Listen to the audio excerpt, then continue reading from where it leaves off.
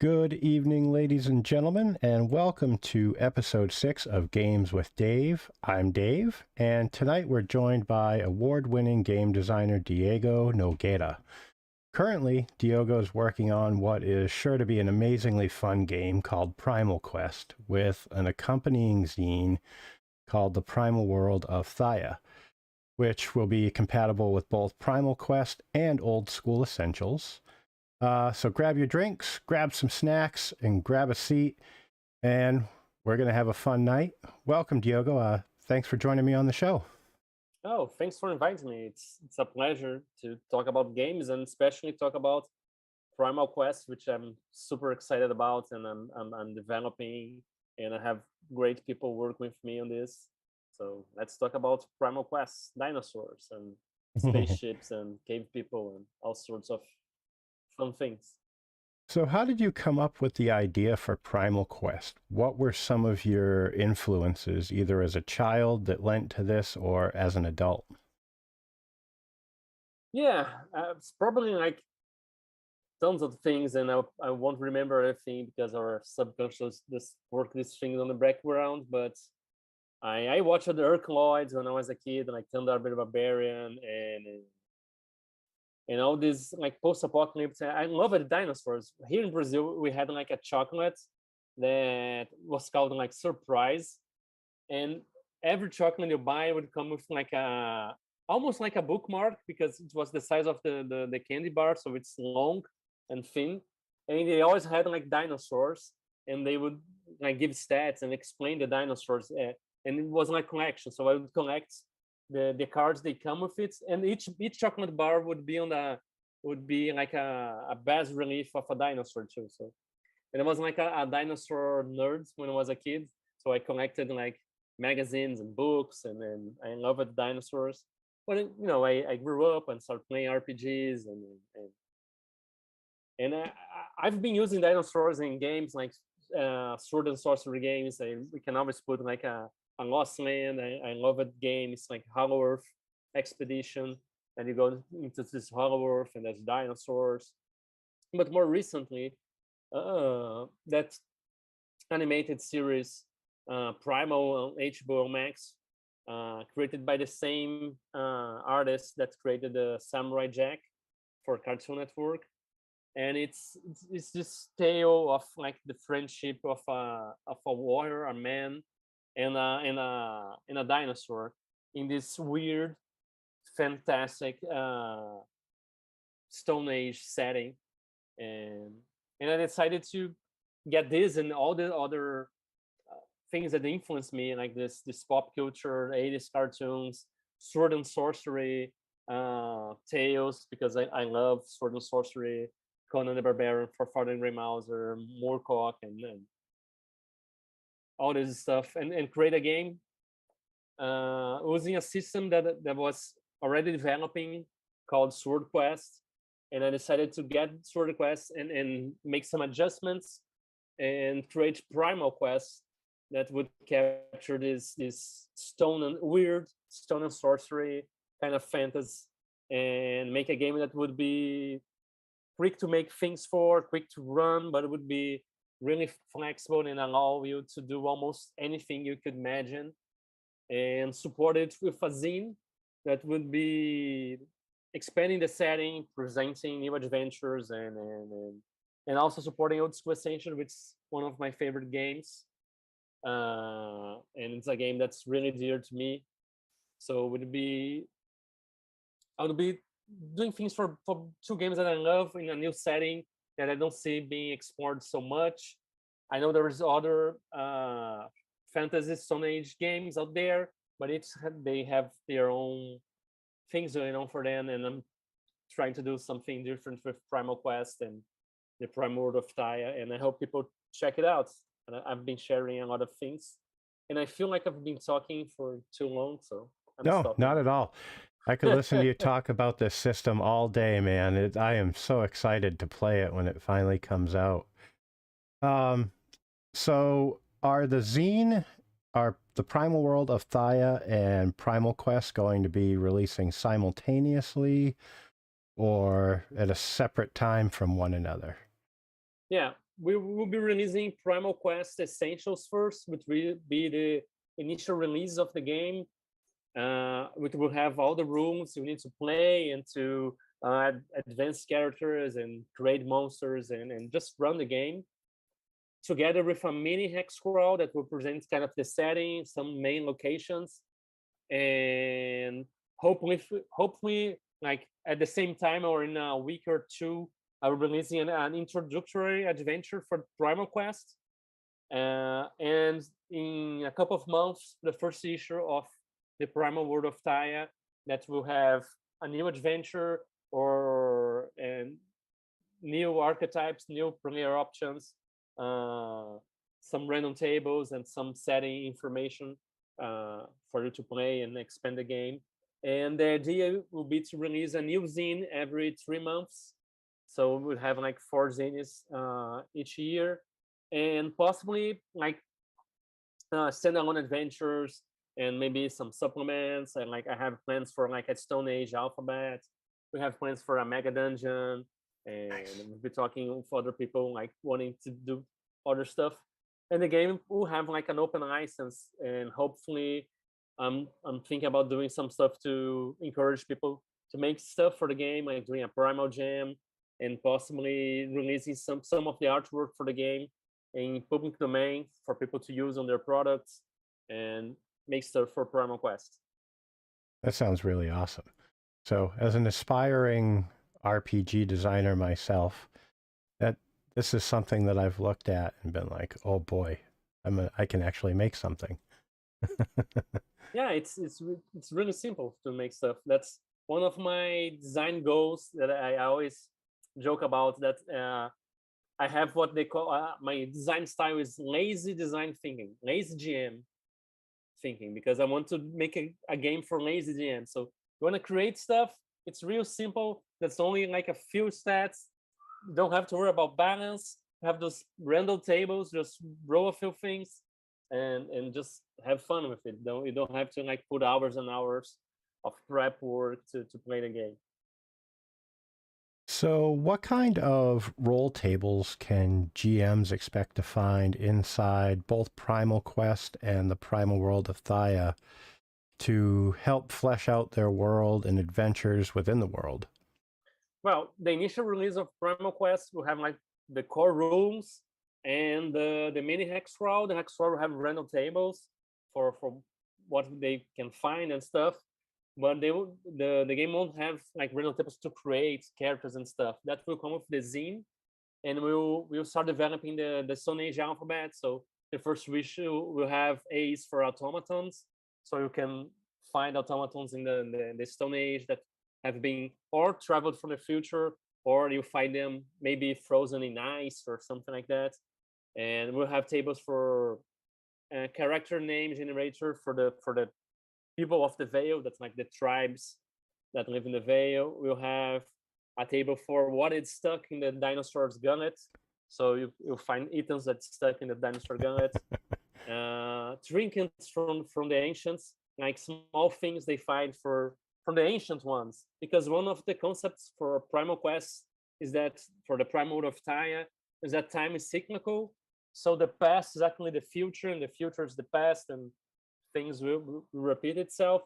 So they will find things from our time, like a cell phone or a Zippo lighter. But I'm describing it in ways that a cave people would see it. So it'd be like a small shine stone that's kind of rectangular, that when it opens, fire comes out of it. Oh, So cool. things like that. That sounds really, really And there cool. is one more that I am not remembering right now, but things like that. And we will expand like a D100 table for things you see when you're going through a primal jungle. So we'll describe scenes that can inspire encounters and things like that. And the same thing for like primal desert, primal plains, and like primal caves. So it's kind of dressing stuff, and always there will be like some weird thing that will come with a question that you can develop in something that inspires you to make an encounter, an adventure, or something like that. Like you find like uh, marks of combat or trail of blood leading somewhere, and what left this trail or something like that, You're already inspiring me to think of stuff. So, and I haven't even rolled any dice yet. So, Yeah, all the useful stuff you find in my games, like adventure generators, so you can generate a goal, a location, an antagonist, all of this stuff that I usually put on my games. Like if you know sharp sword and sensor spells or stronger blades or pretty much any other game I made, uh, we will have that. They'll probably come on the zine, and when we have like after 2 years or something, we will release probably like a Primal Quest core book compiling a lot of this stuff, and it will be my more uh, a bigger core book with random tables and gem advice, probably a starting adventure and other stuff like to expand the game. And as I said to you before the interview, like maybe in 4 to 5 years, release like a Primal Quest complete in a box set with like cloth map and special dice. Like because the game only uses D6, but we can do like cool D6s, and all this sort of things that people look for in a cool box set, which I love because I don't know. I see RPGs as like toys and tools you can play like a Lego set and a box set. Just it's easier to pass this message. plus box sets are just fun. Yeah. So, what are some of the more outlandish or weird monsters players can expect to encounter in Primal Quest and in the Primal Land of Thaia? Oh, we have like a Hydra T-Rex, like a T-Rex Hydra, like a bunch of heads, and we will have aliens and automatons. We're thinking about making like primal versions of classic monsters. Like what would be like a primal vampire, like prehistoric vampire?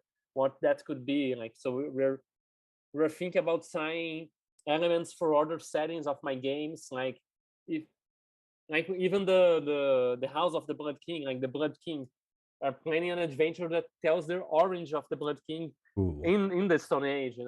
And there is a god in one of my games called Ogoid of the Thousand Eyes, but he will be starting in the Stone Age, so he'll be Ogoid the One-Eyed, and he'll be collecting eyes to one day become the Thousand-Eyed god.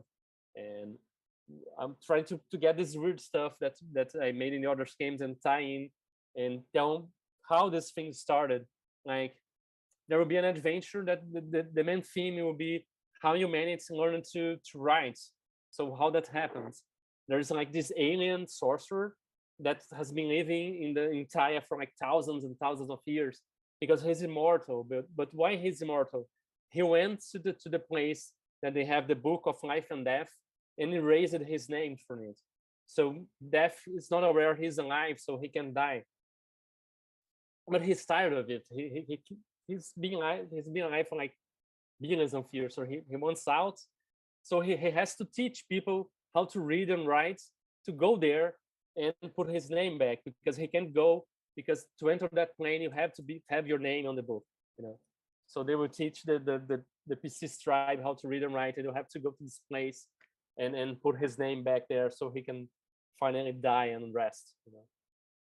Sounds so awesome. I'm ready for you to release this. So one thing I know you've been doing is testing the game out at your local game store, Game Board.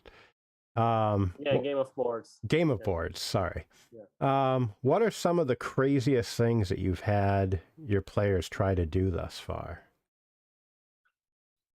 Well, we're having like a little bit of time adjusting because some of the players are more accustomed to high fantasy games like D&D, and in Primal Quest the magic is more ritualistic. It's a lot more powerful because at first level you can do like really powerful stuff, but it will take a while and will require some kind of sacrifice, not necessarily killing someone, but you have to spend energy and it takes time and it's difficult. So people are having a hard time like making really outlandish stuff. But well, one of the things that happened that is really funny in the game is that one of the players is like a bird person, Mhm. and he named his character Ray, and everybody on the game uses names like Anuk or some game that resembles a prehistoric game. So his name is Ray, and his eagle companion is called Igly. So we started making joke that the bird people speaks in English, but they speak in English like in the like like using slangs and stuff like, hey, what's up, man, what are you doing, and they speak like this to each other, like birds speak like this. So when a bird is speaking to the bird folk, they say, hey, yeah, you're a fool, man, you're a fool for doing this, and this kind of stuff. So it's like small things, but one of the cool things that happened like just last session, because they were like trying to repel invaders from like an orphan village they were helping, and they entrapped their leader, and like one of the characters used like his ice spell to freeze his feet on the ground, and another one tossed oil on him and put him on fire. So he was burning there while he's being like frozen, and he's melted and fell on the floor. But they didn't know that he was like wearing like rugs and armor like hides. But it's caught on fire. He melted and it burned away. And then all of a sudden he gets up, and they see they have like a piece of like this weird opaque crystal in his chest, and he's like a super soldier. Like they see this dark veins going through the crystal to him, and he's like a super soldier or something, and kind of immortal, and has this moment like with his face melted, really angry, saying, "Who the hell did this to me?" And you know, and that was really fun. It's like a moment like, no, what the hell is going on, And Yes. there will be more. What do you think is going to excite both GMs and players the most with this system? I mean, dinosaurs. People love dinosaurs, so Everybody does dinosaurs is love like a that. big thing, and then everybody gets excited to see dinosaurs. So that's one thing. And I think one of the exciting things for Primal Quest, the system at least, is that it's a classless system. Like you don't have to subscribe to a class, and you always have to do what this class can do. It's a classless system. You can create like tags which functions similar to fate aspects. So you can create you can create like a courier shaman from the northern lands. So your guy would be courier, so actions that related to curiosity, you could have a bonus. You're a shaman, so things related to shamanism, like dealing with herbs or maybe trying to contact spirits, casting spells. And from the northlands, you can say, so if you're like in a cold environment, you have bonus, you have familiarity with it. So you can create aspects to there's basically 5 aspects in the game, like your concept, which basically you can create a class for you, but you don't have to always do, you don't have any restrictions for it. You can create new tags and even change tags afterwards. You have a talent, which is something your character can do that other people normally aren't as good, such as augmented reflexes, or maybe sharp eyes, or maybe like agile like a panther, or maybe strong like an ape, or anything you can imagine, or maybe eidetic memory, or you know things something that your character does that other people normally can do. And like the third one, it's motivation. What motivates your character to do what he does, to go on an adventure, to survive, or it could be like glory, or maybe to acquire power, or to avenge their parents, or to defend their tribe. There's another one that's a relationship. You can create allies, you can create an animal companion, you can create spouses, or maybe a mentor, or anything like that. And there's a problem. Your character will have a problem. Maybe he has a limp. Maybe, I don't know, he's hot-headed. Maybe he's forgetful. Anything you can imagine. and you think you can use in the adventure, because every time you use your tags, you every time no the first time each session you use your tags, you gain experience points. So you have incentive to use your problem to put that in the game, so you can learn from your mistakes, I guess. And the same thing like for magic system too. We'll be excited because it's levelless. It doesn't have like a list of spells. You can create your own effects. It's like open-ended, and for the GMs, it's really simple to create stuff. Like for you to create monsters, like just three stats basically, and you don't have to worry about balance, because one of the themes of the game is survival. So players will have to learn. They have to run sometimes, and it's really easy to run. The system gives a lot with very few things. So I think they will like what they see. Cool. So one of the things that you've addressed on your blog was so far the 4 character classes that you've revealed for OSE that have I undergone. revealed 3 more today. Oh, there were 3 more. I must have missed it. The rest of the core classes of OSE adapted to the stone and sorcery, the Primal Word of Thaia. So today was the final 3, but there will be 2 more classes on the first issue of the zine, which will be Velociraptor, and we can play on a Velociraptor. Ooh. And I think the other one would be like a lore keeper or something like that. I can't remember right now, but I can check on my notes. It will be the lore keeper. No, yeah, lore keeper and dinosaur. Yeah, that is pretty cool. I really like what you've done with the dwarfs of making them the molekin. That sounds just the image that painted in my head of like a fur covered with claws for hands and all that seemed really cool. So could you give me, I guess, a brief overview of how the test system works in Primal Quest? In Primal Quest.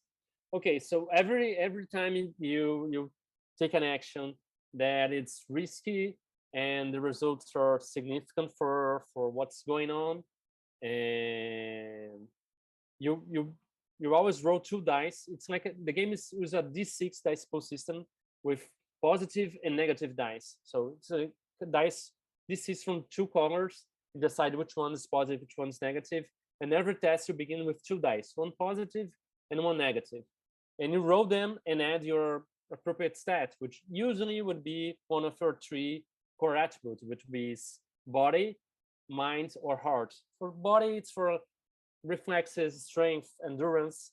Mind is for like memory, perception, and maybe avoiding being confused or noticing something. And heart is for willpower, charisma, empathy, things like that. And so you roll the 2 dice, you get the positive dice, and you get the negative dice and subtract it from the positive dice. You get a number from -5 to +5. You add your stats, and you get a result. So this result you compare to the difficulty, and you see if you equal or higher than the difficulty, your success, and below the difficulty, that's a failure. And the difference between the results and the difficulty will be the effect. So you can gauge how well you did the test or how bad you did the test. But you can get more positive dice and more negative dice from like circumstances in your tags. So as I said, you create a character, you have a concept, a talent, motivation, a relationship, and a problem. So if anything you are doing is related somehow to your tags, you can justify it narratively. Maybe your motivation is to save your tribe in your fights against the invaders that are trying to kill your tribe. So you add 1 positive dice to your actions against those invaders, because that's related to your motivation. Or maybe if you're a warrior and you're fighting, you get a dice for that. But if you're a shaman, if you're trying to cast a spell to maybe hide your tribe, you get a positive dice for that too. And the negative dice you get for either tags the enemies have or the systems have. Maybe you're trying to to find fugitives in a fog-covered plane. So the fog would add a negative dice to your dice pool. So and how do you calculate the result? You get always the highest positive die and the highest negative dice to calculate the initial results before you add your attributes. However, if you roll a 6 on positive or the negative die, you get like extra consequence. Like you can get a boon if it's a positive one, you roll a 6 on a positive die, or a setback on a negative die. So that means you, in one dice roll, you can roll the dice and see how well you succeeded or you failed, and if you have additional positive or negative side effects, because maybe you attacked your enemy and you failed to damage them, but you rolled a 6 on your dice. Maybe you unbalance them, and your companions will have a bonus to attack on their next attack, or maybe you hit them, but you trip it, and the next enemy you will get a bonus to your attack. And this applies not only to combat, but any situation. Maybe you're trying to convince someone or lie someone, or notice if they're lying, and you're doing a test with heart for something, and maybe you fail to notice everything, but your questions allowed your companions to notice something else if they make their test too. Cool. I like the sounds of it. So to jump back to OSE, what aside from the changes to the character classes, what else will the Primal World of Thaia bring to OSE? We'll bring lots of new classes. Like I have a list of literally dozens of things to create. We'll have new monsters, new spells, and optional rooms. We'll have a system for barter, using food and water as the base of the system, because one of the things of the game is like survival. So each character will always need a unit of food and a unit of water per day, and that's will make you count encumbrance to know if you're carrying enough food and water to survive and this kind of stuff. So if you kill an animal, we have a subsystem to calculate how many units of food it can give you, and if you're going fishing, how many units of fish you can get when you go fishing, and things like that.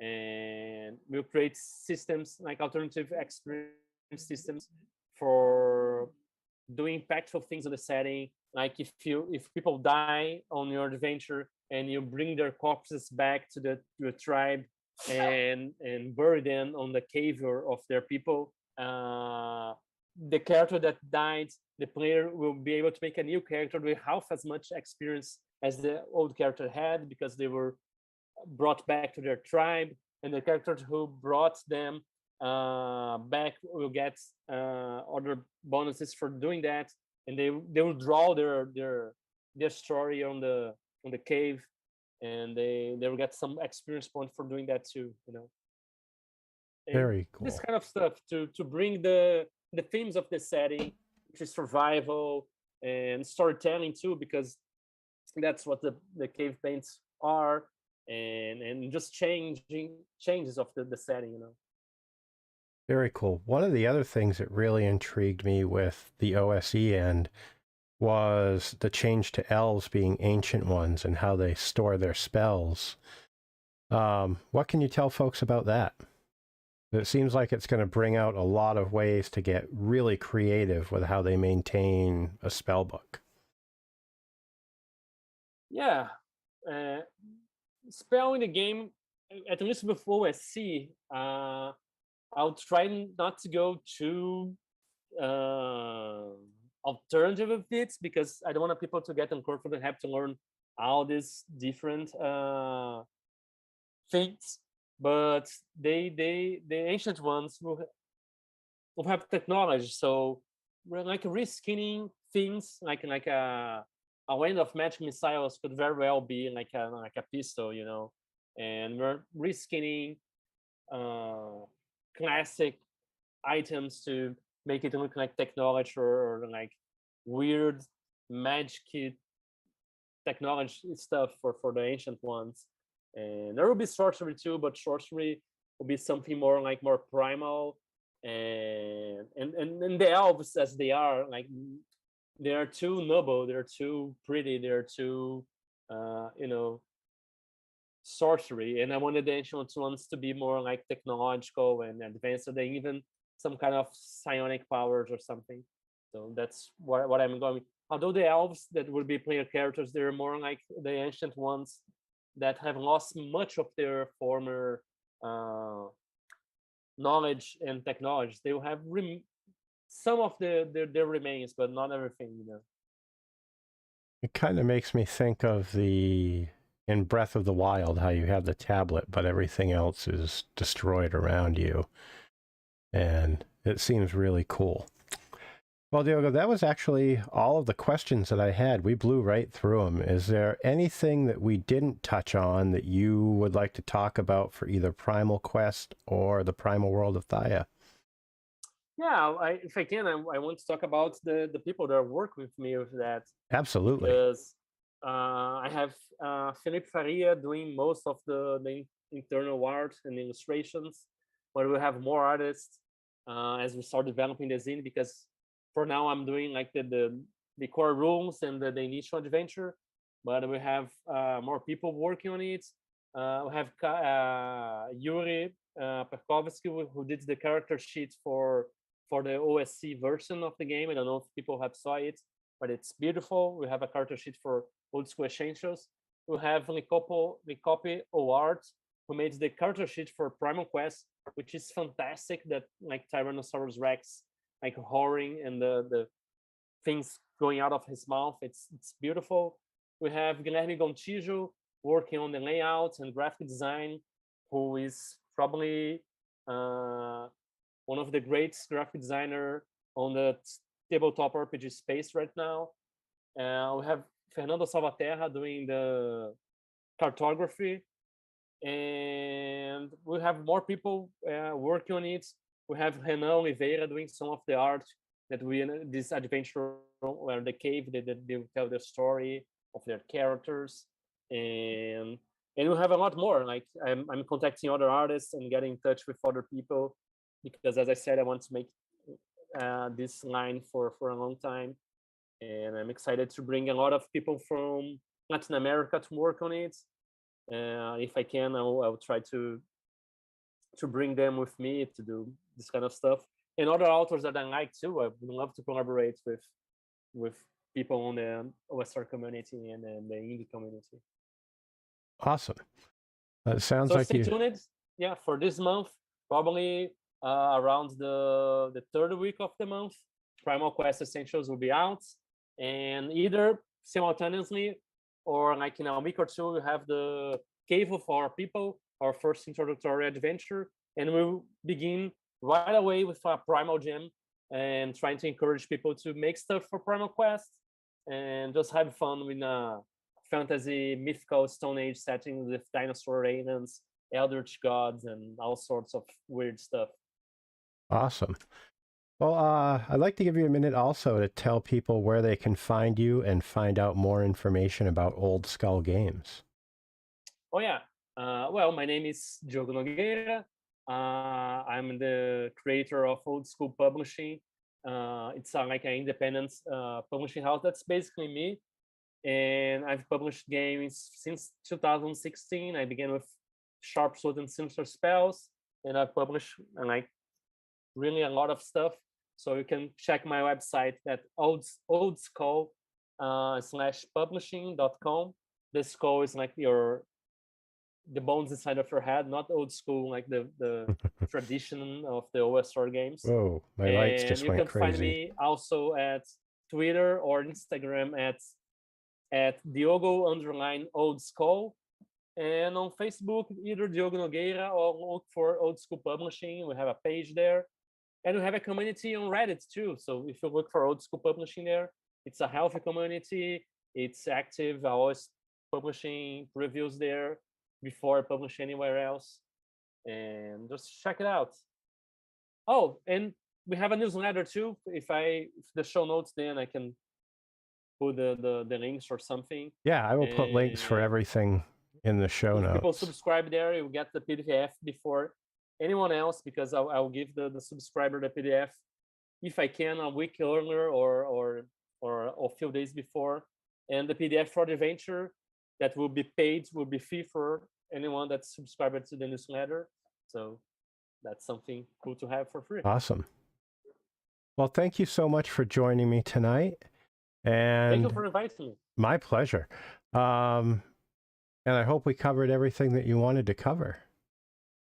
Yeah, I can come back someday if you want. That sounds like a great idea. If I have something new. That sounds like a great idea. Well, thank you so much, Diogo, and you have a great night. You too. Thank you. Bye-bye. Bye-bye, everyone.